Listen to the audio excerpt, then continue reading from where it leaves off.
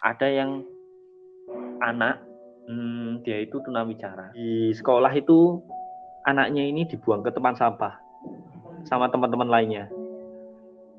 Jadi tempat sampah kan basah ya, kadang basah, bau dan lain-lain. Itu kayak diayun-ayunkan gitu, diayun-ayunkan sama teman-temannya terus masuk tempat sampah, dimasukkan tempat sampah. Anak disabilitas adalah anak yang spesial. Mereka butuh dukungan dari masyarakat dan bukan kucilan. Stigma anak cacat mendorong diskriminasi dan pemikiran negatif terhadap anak disabilitas. Kemampuan mereka dinilai tidak sebaik masyarakat umum, sehingga timbul ketidakseimbangan terutama dalam dunia pendidikan.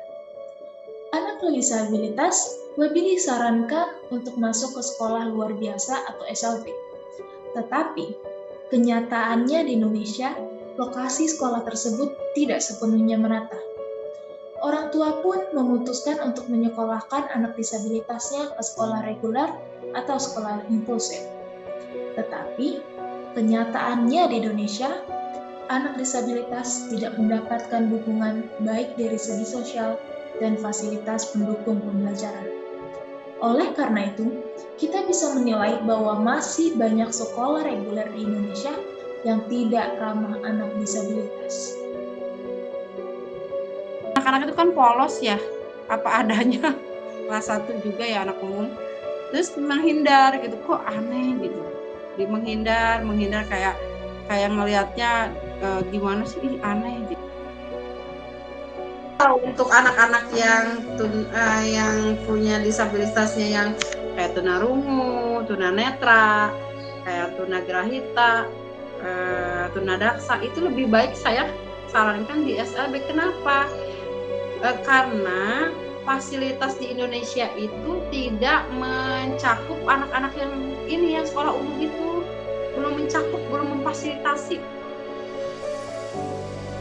Sedih memang melihat kenyataan di Indonesia.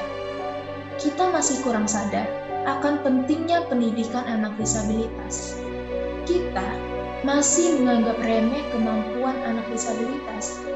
Faktanya, anak disabilitas mampu melakukan suatu pekerjaan apabila mereka terus dilatih dan diberi dukungan, baik di rumah maupun di sekolah.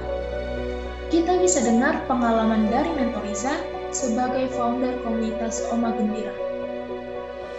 Ada beberapa orang tua itu yang mau mudah, jadi anaknya diberi HP terus disuruh nonton selesai, diliatin terus ya dia nggak akan berkembang di sana, cuma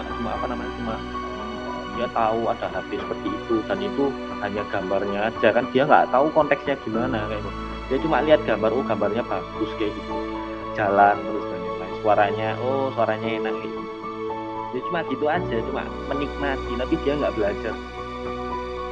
Perbedaan antara teman-teman yang sekolah sama yang sekolah, wah beda banget. Kalau teman-teman yang sekolah itu dia lebih terdidik ya, karena dia tahu bisa interaksi sama teman-teman. Siswa disabilitas butuh dukungan dari lingkungan sekitarnya. Mereka butuh perlakuan khusus kita untuk membantu tumbuh kembangnya.